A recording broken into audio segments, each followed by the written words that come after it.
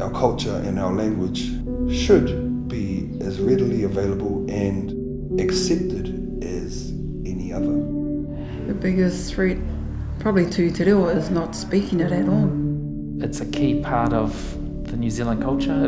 It's what makes us different. It is something that is unique in the whole world. No other country in the world speaks te reo Māori.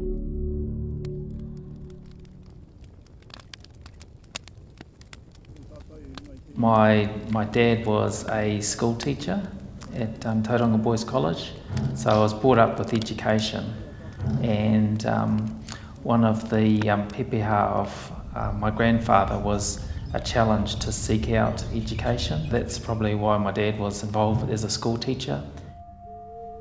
Most of my upbringing was with my grandfather. Most of what I learnt, what I know, came from him.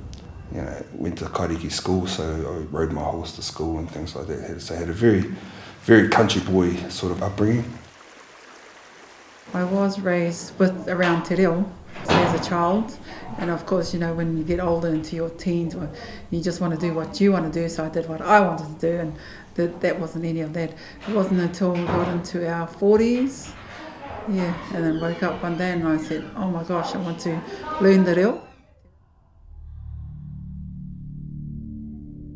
What we've seen is two generations that have had a bad experience in talking reo.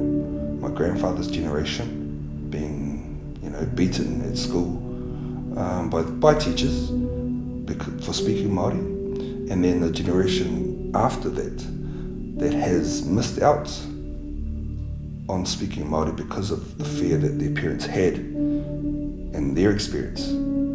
My great-grandfather, Māori Winiata, was fluent in te reo and was one of the main orators around Tauranga, but he didn't encourage his children to speak te reo. What we know of Māori families being disenfranchised from their iwi, from their marae, that is a very, very significant factor in and why they don't have reo.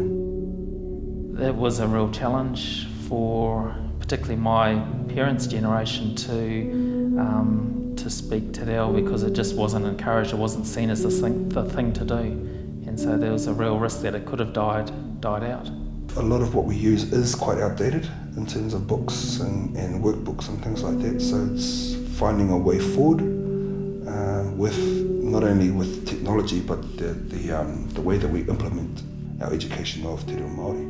So te reo in 10 years' time, like any language, it's always evolving, but I see it as definitely growing. It is an area that Māori culture in general has become stronger. We've seen internationally that the haka is strongly represented, and people from all over the world just want to see what is so different about New Zealand, and that is one of the key things that is different and unique about us is our culture, and te reo is a key part of that.